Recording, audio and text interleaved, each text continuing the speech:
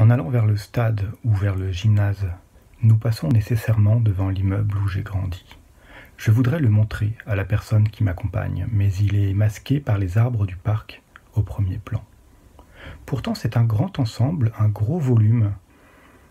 Je lui montre alors les 2 blocs d'immeubles situés de part et d'autre du mien, bien visibles, eux. Des arbres immenses poussent sur le toit du premier. Je précise à mon interlocuteur que cette résidence est d'un standing supérieur à ma cité. Le choix de ces mots est étrange, mais c'est bien ceux que je prononce. J'ignore pourquoi je dois accompagner le groupe vers le gymnase, car je ne suis plus collégien ni lycéen.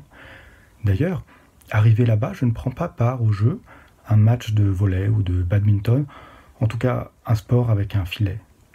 Je reste sur la touche et discute avec quelqu'un. Plus tard, je suis établi à la terrasse d'un café, une sorte d'espace clos, mais en extérieur. Il fait jour, il fait beau, c'est à la bonne franquette, il faut se lever pour commander, se servir soi-même. En face de moi, ma mère. À ma droite, ma sœur et son ami italien, et à côté d'eux, des gens que je ne connais pas, des visiteurs, des voyageurs. Ils sont en train de faire connaissance.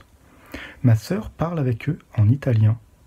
Je ne suis pas surpris de sa facilité à lier connaissance, mais un peu frustré d'être exclu de leur conversation, car ils ont l'air de s'amuser. Je raconte à ma mère l'épisode de ce matin, le passage à proximité de la résidence où nous avons vécu. Je lui décris les environs qui ont bien changé, car ces blocs surmontés d'arbres n'existaient pas dans mon enfance, sans lui dire que, en fait, je n'ai pas vu notre immeuble. J'ai du mal à me retenir de pleurer.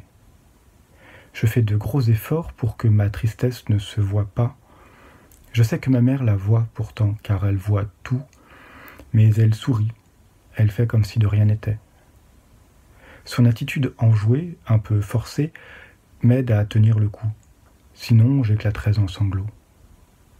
Tandis que ma sœur est toujours avec ses nouveaux copains, les Italiens, ma mère et moi changeons de décor. Nous nous trouvons dans la rue.